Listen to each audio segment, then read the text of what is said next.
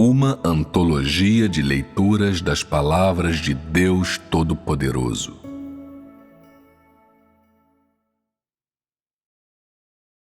Prática 4.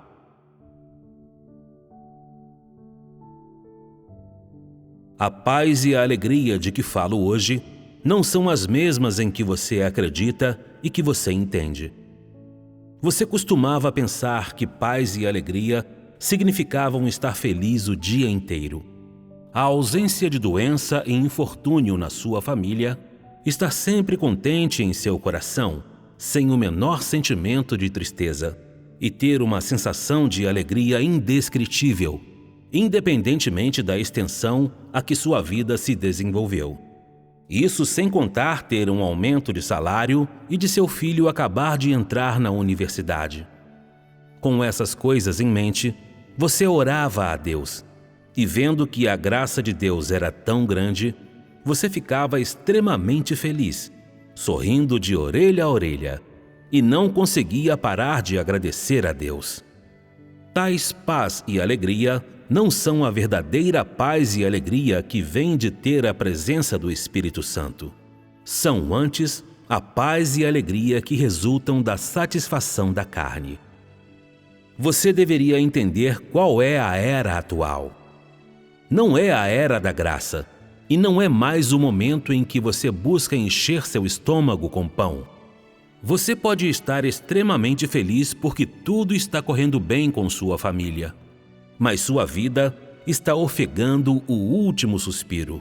E, portanto, independentemente do tamanho da sua alegria, o Espírito Santo não está com você. Ganhar a presença do Espírito Santo é simples. Faça o que você deve fazer adequadamente. Desempenhe bem o dever e a função de um ser humano e seja capaz de se equipar com as coisas necessárias para compensar suas deficiências. Se você sempre tem um fardo pela própria vida e é feliz porque percebeu uma verdade ou entendeu a obra atual de Deus, isso é ter verdadeiramente a presença do Espírito Santo. Ou se às vezes você é tomado pela ansiedade porque se defronta com uma questão pela qual não sabe como passar, ou porque não entende uma verdade que é comunicada, isso prova que o Espírito Santo está com você. Esses são estados comuns de experiência de vida.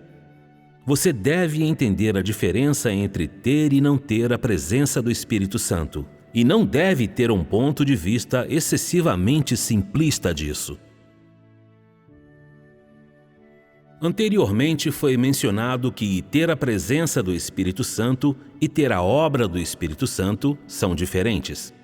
O estado normal de ter a presença do Espírito Santo se manifesta em ter pensamentos normais, razão normal e humanidade normal.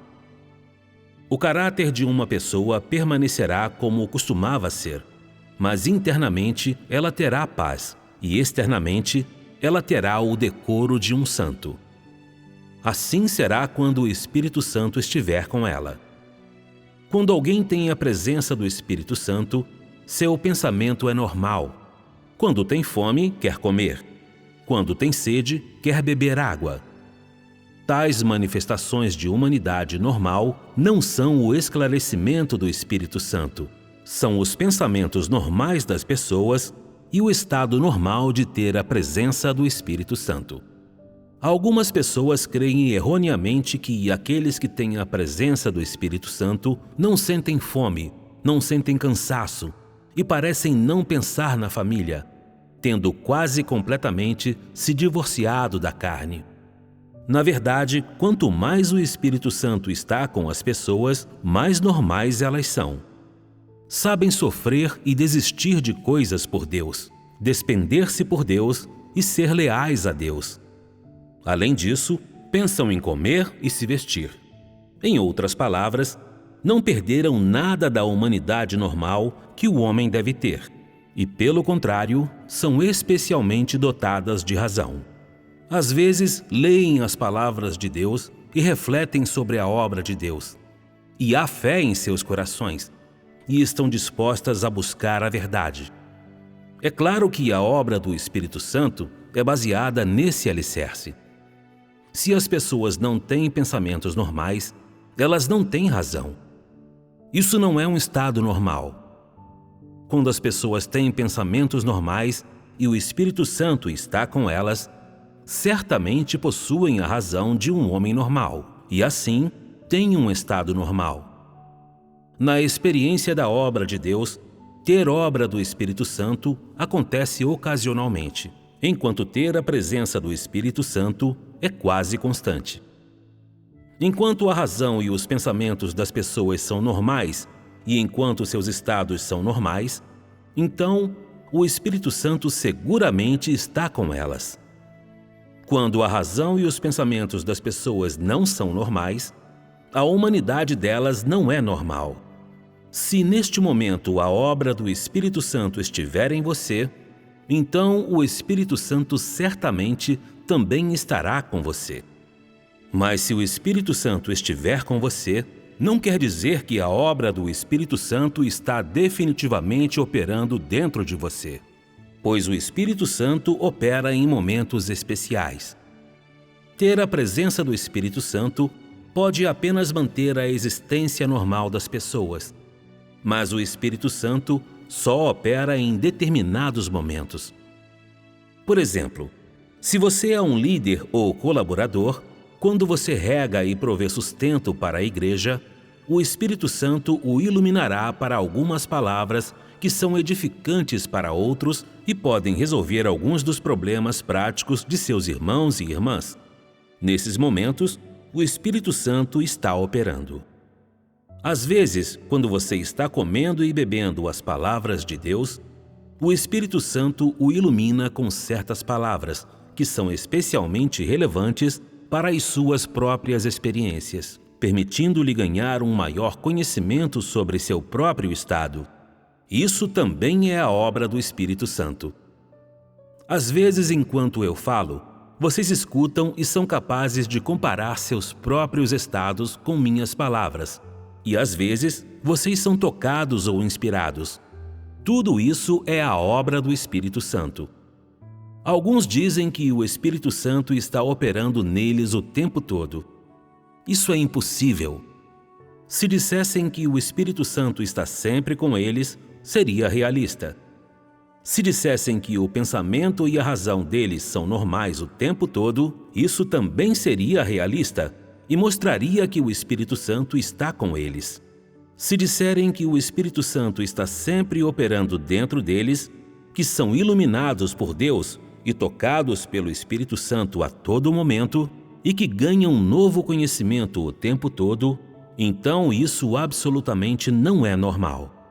É completamente sobrenatural. Sem sombra de dúvida, tais pessoas são espíritos malignos. Mesmo quando o Espírito de Deus entra na carne, há momentos em que ele precisa descansar e comer, para não dizer nada dos humanos. Aqueles que foram possuídos por espíritos malignos parecem não ter a fraqueza da carne. São capazes de renunciar a tudo, de abrir mão de tudo. Estão livres de emoções. São capazes de suportar tormentos. Não sentem o menor cansaço, como se tivessem transcendido a carne.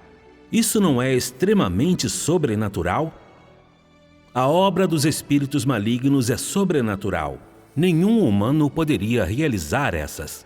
Aqueles que carecem de discernimento sentem inveja quando veem tais pessoas. Dizem que têm tanto vigor em sua crença em Deus, têm grande fé e nunca demonstram o menor sinal de fraqueza. Na verdade, tudo isso é a manifestação da obra de um espírito maligno.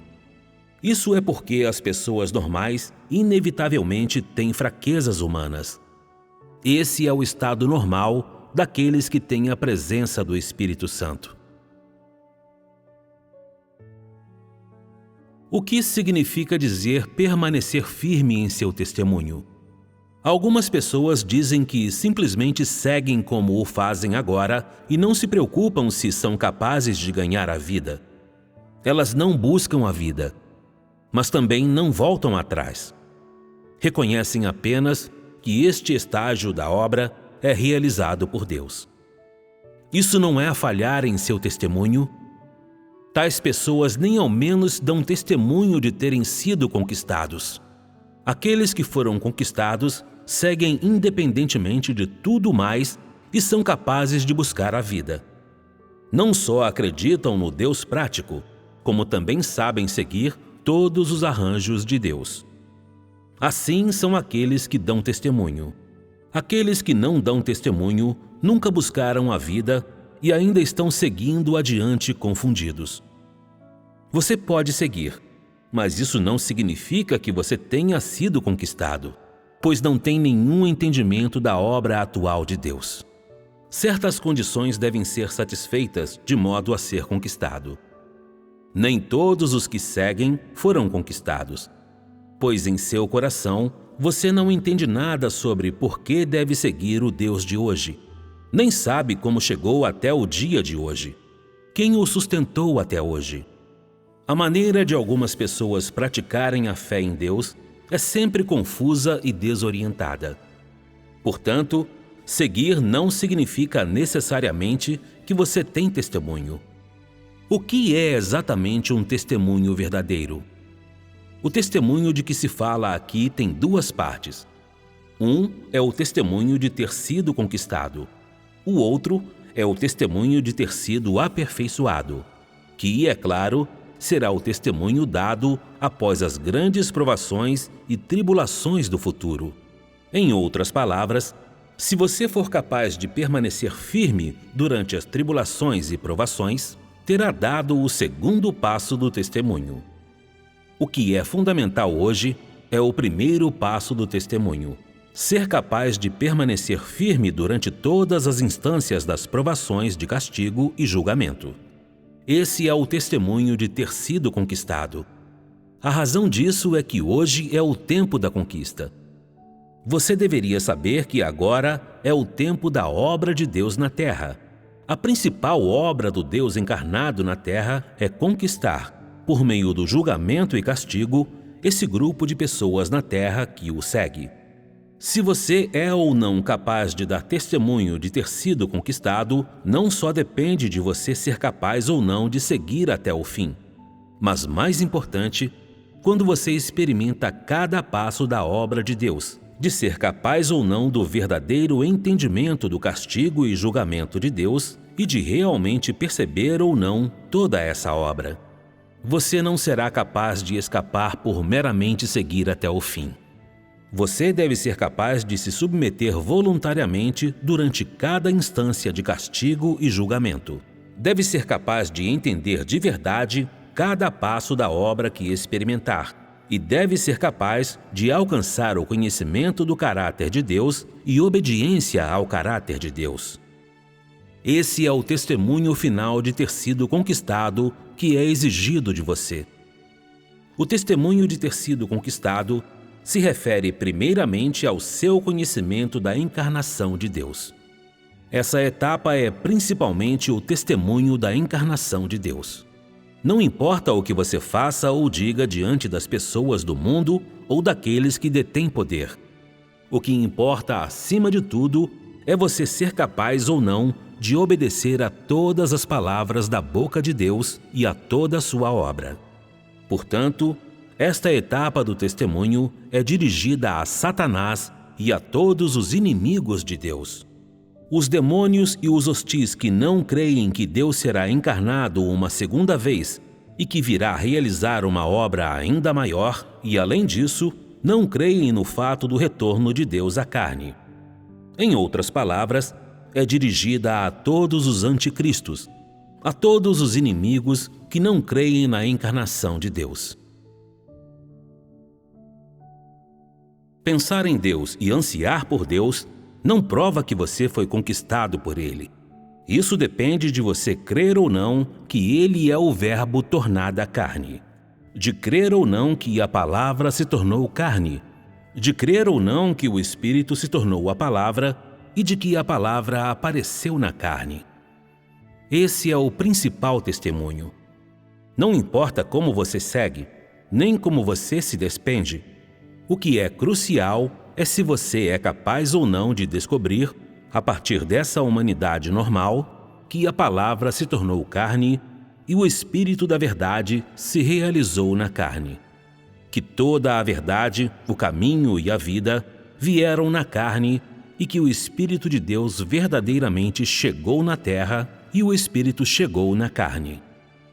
Embora superficialmente isso possa parecer diferente da concepção pelo Espírito Santo, nesta obra você é capaz de ver mais claramente que o Espírito já se realizou na carne e, além disso, que o Verbo se tornou carne e a palavra apareceu na carne. E você pode entender o verdadeiro significado das palavras. No princípio era o Verbo, a palavra, e o Verbo, a palavra, estava com Deus, e Verbo, palavra, era Deus. Além disso, você deve entender que a palavra de hoje é Deus, o Verbo é Deus, e eis que a palavra se torna carne. Esse é o melhor testemunho que você pode dar. Isso prova que você possui o verdadeiro conhecimento de Deus tornado carne. Você não só é capaz de conhecê-lo, mas também está ciente de que o caminho que você trilha hoje é o caminho da vida e o caminho da verdade. O estágio da obra que Jesus realizou apenas cumpriu a substância de o Verbo estava com Deus. A verdade de Deus estava com Deus. E o Espírito de Deus estava com a carne e era inseparável daquela carne. Isto é, a carne de Deus encarnado estava com o Espírito de Deus, que é a prova maior de que Jesus encarnado foi a primeira encarnação de Deus. Este estágio da obra cumpre exatamente o significado interno de a palavra se torna carne, emprestando um significado mais profundo a o Verbo estava com Deus e o Verbo era Deus, e permite que você acredite firmemente nas palavras no princípio era o Verbo. Isso significa que, no momento da criação, Deus possuía palavras. Suas palavras estavam com ele e eram inseparáveis dele, e na era final, ele torna ainda mais claro o poder e a autoridade de suas palavras, e permite ao homem ver todos os seus caminhos, ouvir todas as suas palavras. Assim é a obra da era final. Você deve chegar a conhecer essas coisas completamente. Isso não é uma questão de conhecer a carne, mas de como você entende a carne e a palavra, a carne e o Verbo. Esse é o testemunho que você deve dar, aquilo que todos devem conhecer. Porque esta é a obra da segunda encarnação, e a derradeira vez em que Deus se torna carne, ela completa integralmente o significado da encarnação, executa e revela completamente toda a obra de Deus na carne e encerra a era de Deus estar na carne. Portanto, você deve entender o significado da encarnação. Não importa o quanto você se ocupe ou quão bem você realize outros assuntos externos. O que importa é você ser realmente capaz de se submeter ao Deus encarnado e dedicar todo o seu ser a Deus, e obedecer a todas as palavras que procedem de sua boca. É isso que você deveria fazer e o que você deveria obedecer. O último passo de testemunho é um testemunho de se você é ou não capaz de ser aperfeiçoado, ou seja, ter entendido todas as palavras proferidas pela boca de Deus encarnado. Você vem a possuir o conhecimento de Deus e adquire certeza sobre ele. Você vive todas as palavras da boca de Deus e alcança as condições que Deus lhe pede. O estilo de Pedro e a fé de Jó, de tal modo que você é capaz de obedecer até a morte, entregar-se completamente a ele e, no final, alcançar uma imagem de uma pessoa que está de acordo com o padrão, o que significa a imagem de alguém que foi conquistado e aperfeiçoado após experimentar o julgamento e castigo de Deus. Esse é o testemunho final. É o testemunho que deve ser dado por alguém que, no fim, é aperfeiçoado. Essas são as duas etapas do testemunho que você deve dar. Elas são interligadas e são ambas indispensáveis. Mas há uma coisa que você deve saber. O testemunho que eu exijo de você hoje não é dirigido às pessoas do mundo, nem a um único indivíduo, mas aquilo que eu peço a você. É medido por você ser capaz ou não de me satisfazer e se pode satisfazer completamente ou não os padrões de minhas exigências a cada um de vocês. É isso que vocês deveriam entender.